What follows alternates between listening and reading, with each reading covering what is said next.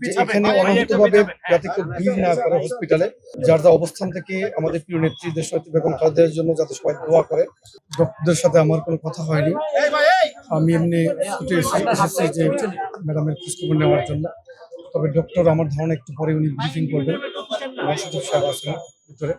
আমি শুধু একটি কথা বলতে চাই আমাদের যুবদল নেতাকর্মী সর্বোপরি দেশবাসীর উদ্দেশ্যে, যে এখানে অনাহূতভাবে যাতে কেউ ভিড় না করে হসপিটালে, এখানে সেবার পরিবেশ যাতে কেউ বিঘ্ন না ঘটায়, বরং যার যা অবস্থান থেকে আমাদের প্রিয় নেত্রী দেশনেত্রী বেগম খালেদার জন্য যাতে সবাই দোয়া করে, এই আহ্বান এবং অনুরোধ করছি সকলকে।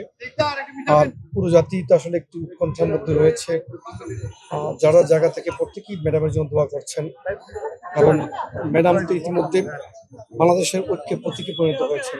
আপনারা জানেন, যিনি তার জীবদ্দশায় গণতন্ত্রের জন্য সংগ্রাম করতে করতে গণতন্ত্রের সমর্থক শব্দে পরিণত হয়েছেন।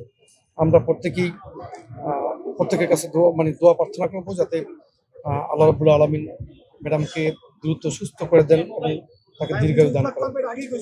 আর যুবদল নেতা কর্মীদের প্রতি অনুরোধ, এবং বিশেষ করে সকল পর্যায়ের নেতা কর্মীদের প্রতি অনুরোধ, বিএনপির পরিবারের, যাতে এখানে হসপিটালে এসে অনাহূতভাবে কেউ ভিড় না করে এবং সেবার পরিবেশ বিঘ্নিত না করে।